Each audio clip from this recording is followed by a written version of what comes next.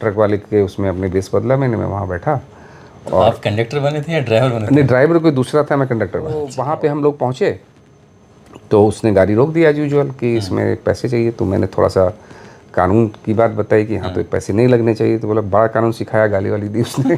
तो जाम लगना शुरू हो गया। वो जाम जो है बढ़ता गया, एक दिन हुआ, एक दिन तक, वो शाम तक जो है, और जब खबरें आने लगी कि साहब पीछे और जाम होता जा रहा है, कलकत्ता तक गाड़ियाँ जाम हो रही हैं। साल 2005 में एक मूवी आती है जिसका नाम शहर रखा जाता है, और उस फिल्म के मुख्य किरदार में थे अरशद वारसी। अरशद वारसी ने एक आईपीएस ऑफिसर का किरदार निभाया था, और वो फिल्म बनी थी श्री प्रकाश शुक्ला।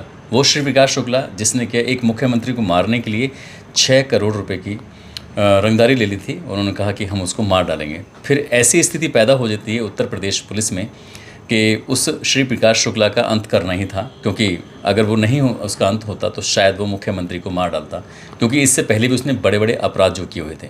अब ऐसी स्थिति में एक ऑफिसर को ये जिम्मेदारी मिलती है, एसटीएफ का गठन किया जाता है उत्तर प्रदेश में। लेकिन इससे पहले कि हम उनकी कहानी पर आएँ, हम ये जानना जरूर चाहेंगे कि एक बिहार प्रदेश का ज़िला लगता है दरभंगा, और दरभंगा का ही एक सदर प्रखंड का एक छोटा सा गांव लगता है। छोटे से गांव के किसान के बेटे होते हैं।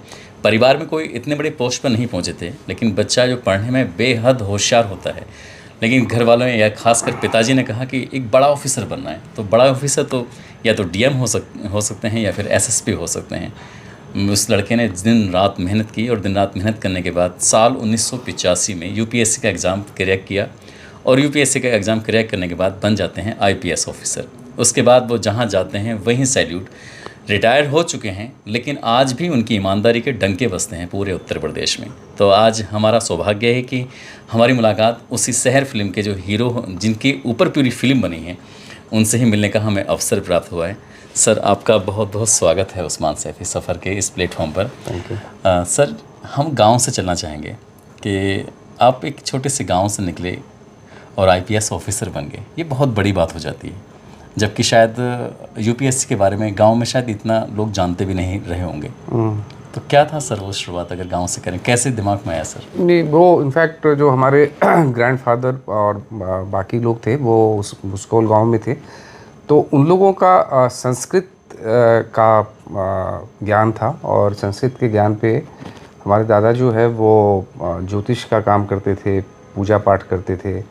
और बाकी जो उनके भाई थे वो खेती बाड़ी करते थे। बहुत छोटी खेती थी, और बहुत ही आप कहा जाए कि गरीब परिवार था हमारा। जो हमारे दादा थे वो काफ़ी गरीब परिवार के थे। फिर हमारे पिताजी की जो शादी हुई वो शहर में हुई। तो हमारे नाना लोग शहर के थे, और शहर में आने के बाद मेरे पिताजी की बहुत इच्छा थी कि पढ़ाई करें। लेकिन उनकी ये इच्छा पूरी नहीं हो पाई कई कारणों से, क्योंकि पैसे की दिक्कत थी। जितना पैसा एक मैट्रिकुलेशन के बाद कॉलेज जाने के लिए चाहिए वो पैसे नहीं थे।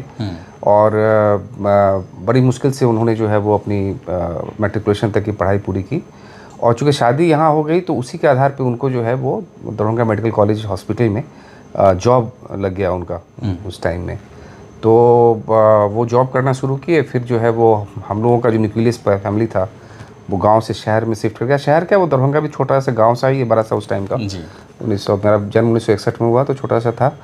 तो वहाँ पे जो है वो मैं जब बड़ा हुआ तो जैसा होता है ना, लोग कहते हैं कि जो अभिलाषा आपकी नहीं पूरी हो पाती आप चाहते हैं कि अपने बच्चों को पूरी करें।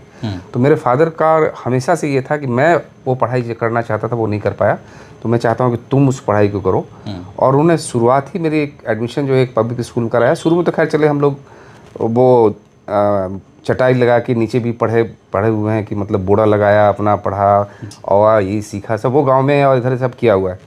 लेकिन फिर जब यहाँ आए तो फादर का था कि नहीं, जो भी पैसे खर्चा होंगे बट आपको अच्छे स्कूल में दाखिला। तो उस टाइम पब्लिक स्कूल था, तो वहाँ पे उन्होंने मेरा दाखिला कराया। और हमेशा से वो कहते रहे कि मैं नहीं पढ़ पाया तो तुम्हें अच्छी पढ़ाई करनी है। और सबसे बड़ा यदि मैं कहूँगा कि कोई ये है कि उनके जो पढ़ाई करने के जो उनका मतलब एक एम्बिशन था वो नहीं पूरा हो पाया। तो वो उन्होंने हर कदम पे मुझे ये कहा कि मैं ये नहीं कर पाया तुम्हें करना है, मैं ये नहीं कर पाया तुम्हें करना है। तो उस कारण से जो है फिर हम लोग वहाँ पे फिर हमने एक स्कूल में, अच्छा स्कूल था वहाँ का, एमएल एकेडमी, खुद ही एडमिशन टेस्ट दिया। फिर मैं वहाँ चला गया और बहुत कम एज में मैं जो है मैं क्लास 3 से क्लास 6 में सीधा जंप कर गया। क्लास 3 तो से क्लास 6 में। तो फादर परेशान हो गए कि भाई ये 3 क्लास का 2 क्लास का जंप कैसे होगा। तो उन्होंने टीचर से पूछा, तो उन्होंने कहा कि भाई ये तो टेस्ट क्वालिफाई करके किया है ना, उस एडमिशन टेस्ट को क्वालिफाई किया है 6th का, तो आप इसको करने दो, यदि नहीं ठीक करेगा तो आप इसको रिपीट करा देंगे 1 साल और। सही बात। तो ऐसी नौबत ही नहीं आई और मैं 13.5-14 साल में मैं मैट्रिकुलेट हो गया। तो उसके बाद फिर मैं पटना साइंस कॉलेज आ गया पढ़ने के लिए। फिर वो फादर ने अपने आउट ऑफ द वे जाके जो है वो फिर कहा कि नहीं, बेस्ट कॉलेज ऑफ, वो उस टाइम में बिहार का सबसे अच्छा कॉलेज माना जाता था।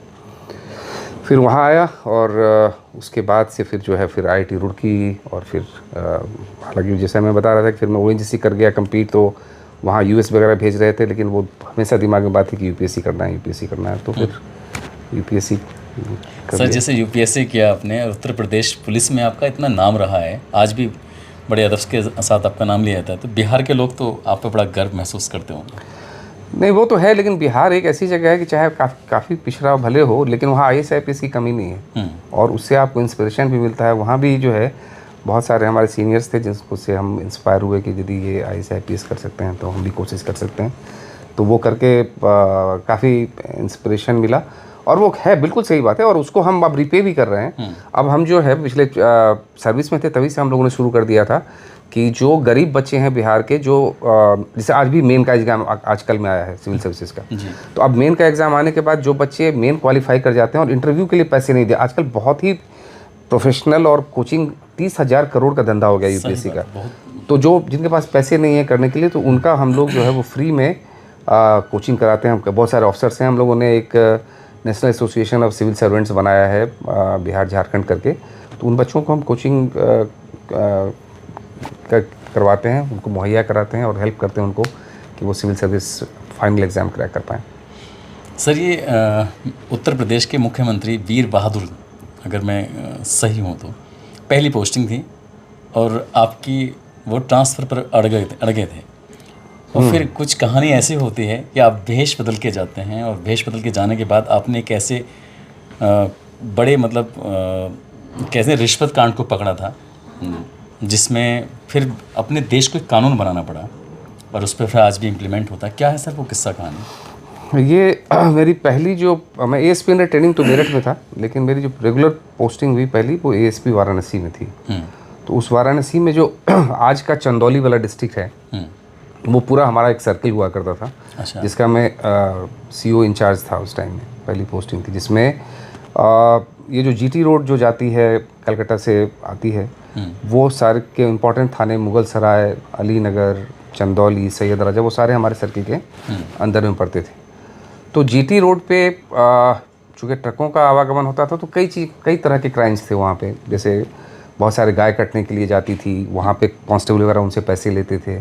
तो वो सारी चीज़ें जो है वो को सुपरवाइज़ करना, देखना, पुलिस के खिलाफ कार्रवाई करना। तो उसके अच्छा फिर क्या था कि एक सिस्टम बना हुआ था करप्शन का कि हर ट्रक वालों को कुछ ना कुछ पेमेंट करना पड़ता था।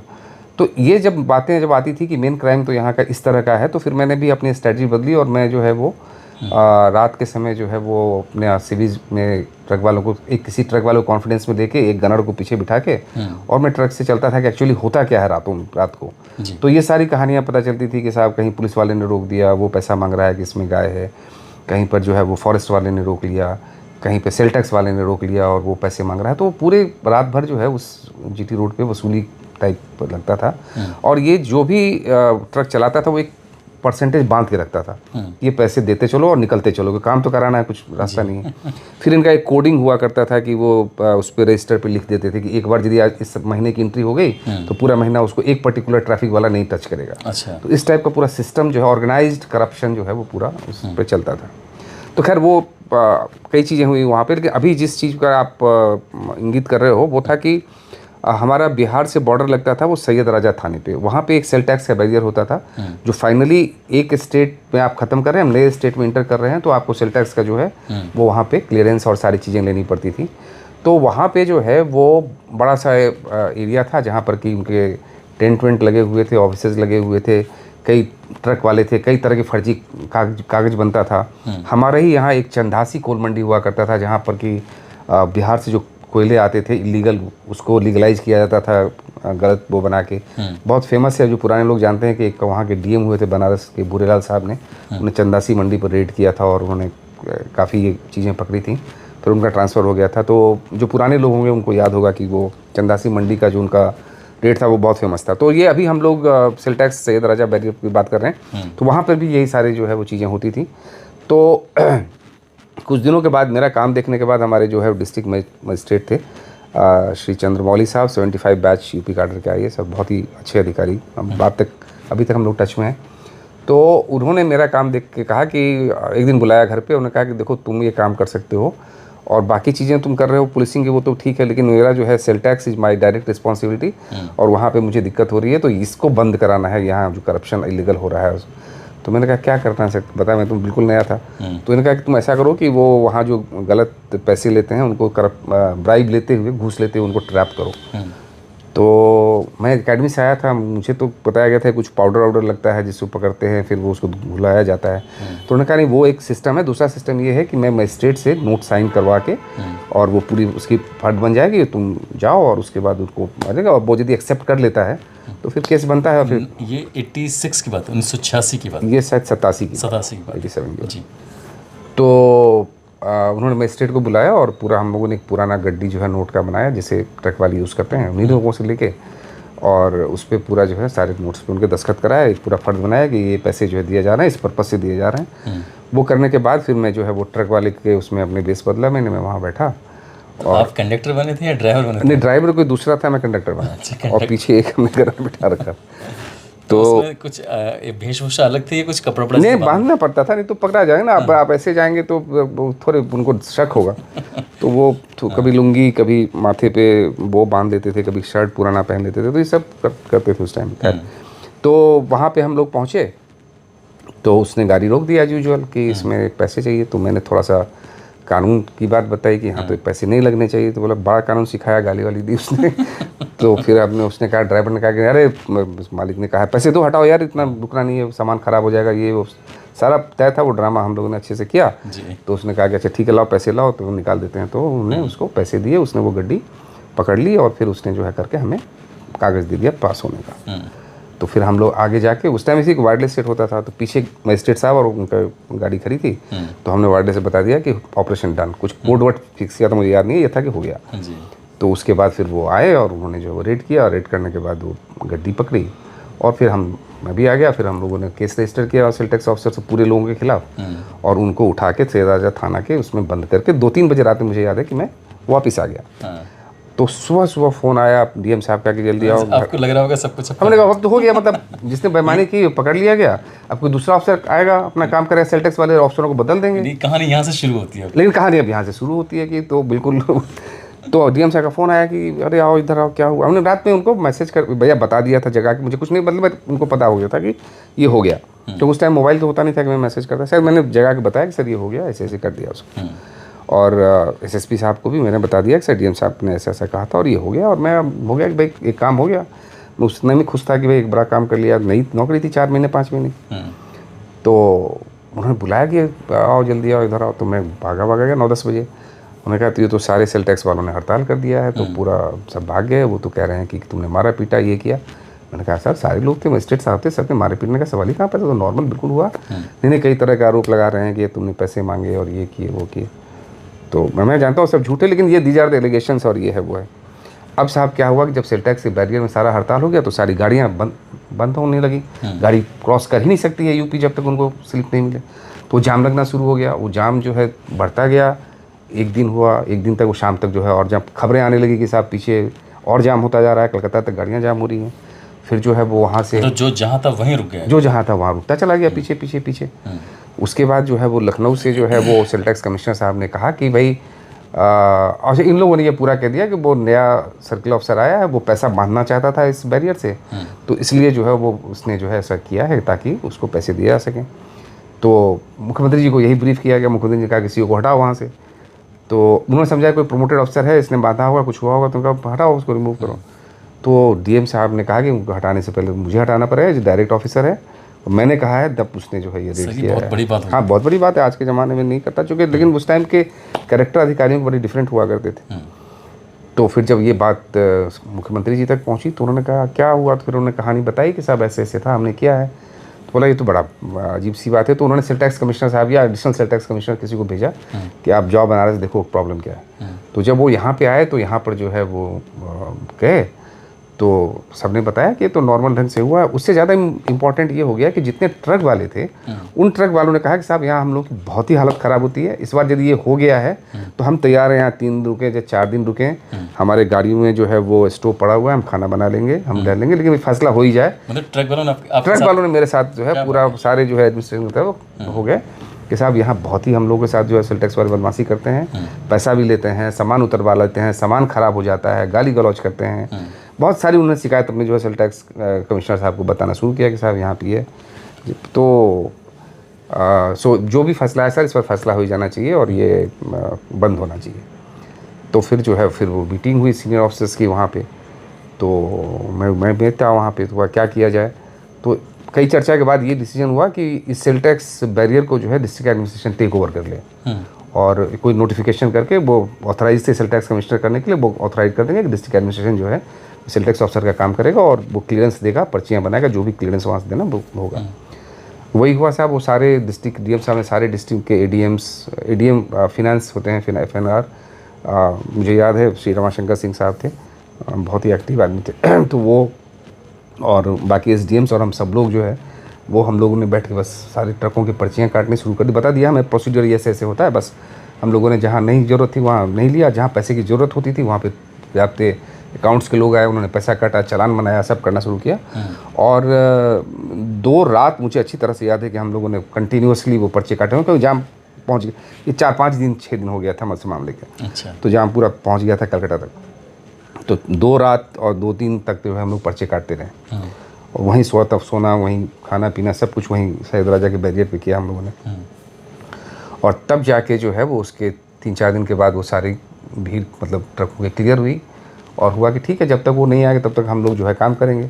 तो जब सेल टैक्स वालों ने देखा कि अरे ये तो फिजल आउट हो गया, मतलब इन लोगों ने सारा क्लियर कर दिया और वो हो गया, तो फिर जो है वो लोग हड़ताल से वापस आए। तब फिर ये बात हुई कि साहब ये जो एक इंटर स्टेट टैक्स का जो इशू है सेल टैक्स का, जिसके कारण इतनी बेईमानी है, इतने सारे परेशानी है, मूवमेंट, तो फ्री बिजनेस कैसे हो। तो फिर उसके बाद वो कमीशन वगैरह बैठी और उसके बाद फिर वो GST जो आज हम देख रहे हैं उसकी बात शुरू हुई कि कैसे मतलब एक सिस्टम डेवलप किया जाए कि एक स्टेट, किसी से स्टेट जाने में एक ही टैक्स लगे और एक बार आदमी टैक्स दे और कहीं भी फ्रीली मूव कर सके एक स्टेट से दूसरे स्टेट। और फिर उसके बाद वो कमेटियाँ बनी, कमीशंस बने, रिकमेंडेशंस हुए और होते होते फिर जो है आज GST जिस फॉर्म में है उस फॉर्म में आप देख रहे हैं कि सर हिम्मत करके जो है वो GST एक आया जिसमें कि अब किसी स्टेट 2 स्टेट पे बैरियर बनाने की ज़रूरत नहीं है, आप सीधा एक GST पे करके जो है आप थ्रू आउट निकल सकते हो थ्रू आउट। ट्रक वाले तो आपको बहुत दुआ देते हैं। बिल्कुल ट्रक वालों को वैसे भी बहुत राहत होती थी क्योंकि वो सिपाहियों से जो पैसे मिलते थे उसको भी मैं बचाता था, फॉरेस्ट वालों के पैसे बचाता था। तो काफ़ी दिन रहा। तो जब तक मैं वहाँ रहा उसको उस पोस्ट को कहते थे CA मुगल सराय। तो काफ़ी आज CA मुगल सराय जो है वो काफ़ी अच्छे अनुभव रहे शुरू की नौकरी में। कमाल की बात हो गई। दूसरा सर ये कह रहा था कि जैसे मुख्यमंत्री कल्याण सिंह को मारने के लिए 6 करोड़ की एक बात थी कि 6 करोड़ लेने की बात की श्री प्रकाश शुक्ला ने, तो उसमें कितनी सच्चाई थी कि नहीं थी? तो क्या देखिए इसमें कुछ सर्कमस्टांशियल एविडेंसेस जो हैं वो ये बताते हैं कि उनके कैबिनेट में एक मिनिस्टर थे ब्रह्मदत्त, मैं नाम भूल रहा हूँ, ब्रह्मदत्त या ब्रह्म ऐसे ही कुछ नाम था उनका, मुझे उनका मर्डर हुआ। ब्रह्मदत्त द्विवेदी उनके कैबिनेट के बहुत यूपी में। अच्छा। मतलब कल्याण सिंह के बाद फर्रुखाबाद के रहने वाले बहुत इंपॉर्टेंट मेंबर थे। तो उनकी हत्या हुई। तो आप समझ सकते हैं कि क्या बुरा हाल था उस टाइम में ऑर्गेनाइज क्राइम का। और उसमें जो है वो एक क्रिमिनल का नाम आया जो फर्रुखाबाद का ही रहने वाला था और उसकी गिरफ्तारी हुई, वो जेल गया। लेकिन परिवार को कुछ ऐसा शक हुआ कि शायद ये जो है वो पॉलिटिकल मर्डर है और किसी ने ये मर्डर करवाया है। तो ऐसा कहा जाता है कि उन्होंने जो है वो कांटेक्ट किया था शायद श्री प्रकाश शुक्ला को उसका रिवेंज लेने के लिए। तो कुछ बातें उस हद तक जो है चीज़ें आई थी और उसने तो खैर ब्रैग किया ही था, श्री प्रकाश शुक्ला ने तो ब्रैग किया ही था कि हमें मिला है और हम मारेंगे उसको। बट एक्चुअल जो स्थिति है सर्कमस्टेंशियल ये था कि एक उनके कैबिनेट मिनिस्टर की ब्रह्मदेव दुबे जी का मर्डर हुआ था और उनके फैमिली, हालांकि उनकी पत्नी जो है फिर कैबिनेट में आ गई थी, बट उनका बेटा था एक आर्मी में।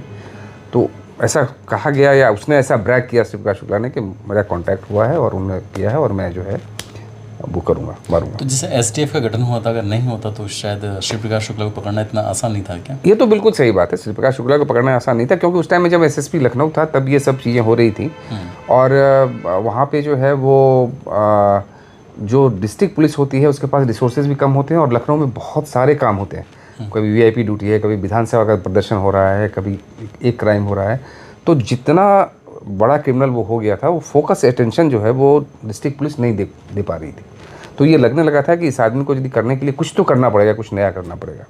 उस टाइम सर्कमस्टांसेस कुछ ऐसे बन गए कि वहाँ एक और मंत्री थे, उनका भी आपराधिक वो था, लखनऊ से हमारे एमएलसी हुआ करते थे। वो दिवंगत हो गए, आज वो नहीं है, तो मैं शायद नाम नहीं लेना चाहूँगा। तो उन्होंने जो है वो चूँकि हमारे फंक्शनिंग से उनको दिक्कत हो रही थी, उनके लोग बंद हो रहे थे, उनके लोग, तो उन्होंने जो है एक शर्त रखी, कुछ पॉलिटिकल अलाइनमेंट हुआ, उसने शर्त रखी कि एसएसपी लखनऊ को यहाँ से ट्रांसफ़र कर दीजिए। तो मुझे फ़ोन आया मुख्यमंत्री जी के सचिव का कि मैं आपको एसएसपी बनारस पोस्ट कर रहा हूँ और इन सर्कमस्टांसेस से आपका ट्रांसफ़र करना पड़ रहा है। तो हमने कहा सर मैंने बहुत डिस्ट्रिक्ट कर लिया, अब एक डिस्ट्रिक्ट करने से क्या है, मतलब उससे बेटर है कि कुछ ऐसा बने कि हम श्री प्रकाश शुक्ला को फॉलो अप कर पाएँ। तो उन्होंने मुख्यमंत्री से बात कराई, तो उन्होंने कहा क्या करना चाहते हैं, तो हमने कहा सर वो एसटीएफ वगैरह कुछ नया ऑर्गेनाइजेशन बना के हम करना चाहते हैं। तो अभी आप बनारस नहीं जाना चाहेंगे? वैसे मैं बनारस नहीं जाना चाहूँगा। तो फिर मुझे वेटिंग कर दिया गया, एसएसपी लखनऊ से एसएसपी वेटिंग। फिर दूसरे दिन जो है फिर हम लोग शासन में गए, फिर ये बात हुई कि ये सब डिस्ट्रिक्ट पोस्टिंग तो लगती बहुत लोग करने के लिए हैं, बट एक फोकस जो है वो टीम बनाई जाए, जो ऑर्गेनाइज क्रिमिनल हैं और खासकर श्री प्रकाश शुक्ला को भी टारगेट लेके इसे फोकस किया जाए। तो फिर उसकी रूपरेखा बनी और फिर एसटीएफ बना और फिर रेस्ट इज हिस्ट्री। उम्मीद करता हूँ कि भेष बदलकर जिस तरह से सर ने एक बड़े रिश्वत का भंडाफोड़ किया था, साथ ही सेल टैक्स और जीएसटी वगैरह, फिर ये ऐसा चलन में आया जो एक कानूनी तरीके से था। तो उसके बाद बहुत सारे ट्रक वालों को, व्यापारियों को, हर तरह के लोगों को फिर राहत भी मिलने लगी और सर का नाम बहुत सारे मामलों में आता है। उम्मीद करूँगा कि भविष्य में फिर से हमारे प्लेटफॉर्म पर आएँ और कहानी सुनाएँ। कानून बनाना पड़ा, हाँ वाकई कानून बनाना पड़ा उसमें, जीएसटी और सेल टैक्स में। तो मैं फिर से सर से रिक्वेस्ट करूँगा कि ये जो किस्सा है श्री प्रकाश शुक्ला का, क्योंकि ये आधा हो रहा है। आज हमने पहली पोस्टिंग में जो इतना बड़ा काम किया था उसके बारे में चर्चा की थी। तो नेक्स्ट मुलाकात जल्दी करेंगे, तब तक आप लोग अपना ख्याल रखें, सुरक्षित रहें। जय हिंद, जय भारत। Thank you.